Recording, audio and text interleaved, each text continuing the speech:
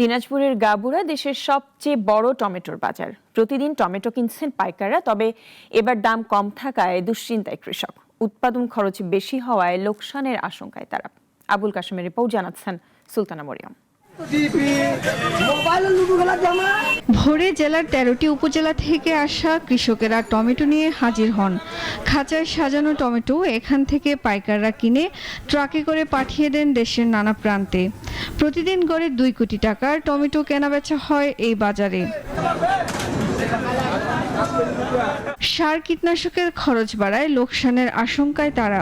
পাশাপাশি এলাকায় হিমাগার না থাকায় সংরক্ষণ করতে পারছেন না কৃষকেরা। যে পরিমাণে খরচ সেই পরিমাণে আমরা টাকা পাচ্ছি না।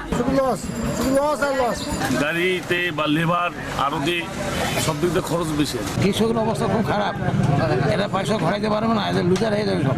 ফলন বৃদ্ধির জন্য চাষিদের বিভিন্ন পরামর্শ প্রদান ও আগামীতে বাজার দর বাড়ার কথা জানান স্থানীয় এই কৃষি কর্মকর্তা। কৃষক যেন সহজেই তার উৎপাদিত টমেটো এখানে গাবুরা বাজারের মাধ্যমে দেশের বিভিন্ন নিয়ে যেতে পারে, নিরবিচ্ছিন্নভাবে সেখানে ট্রাকের অবাধ যাতায়াত এবং ট্রাক মালিকেরা বা ট্রাক চালকেরা যাতে কোনো প্রকার বাধার সম্মুখীন না হয়, সেজন্য আমরা প্রশাসন এবং কৃষি বিভাগের পক্ষ থেকে সবসময় সজাগ আছি এবং সর্বত্র সহযোগিতা দিয়ে যাচ্ছি। কৃষি অফিসের তথ্য মতে দিনাজপুর জেলার প্রতি বছর প্রায় 1200 হেক্টর জমিতে টমেটোর আবাদ হয় এবং যা থেকে ফলন হয় 50,000 মেট্রিক টনের বেশি।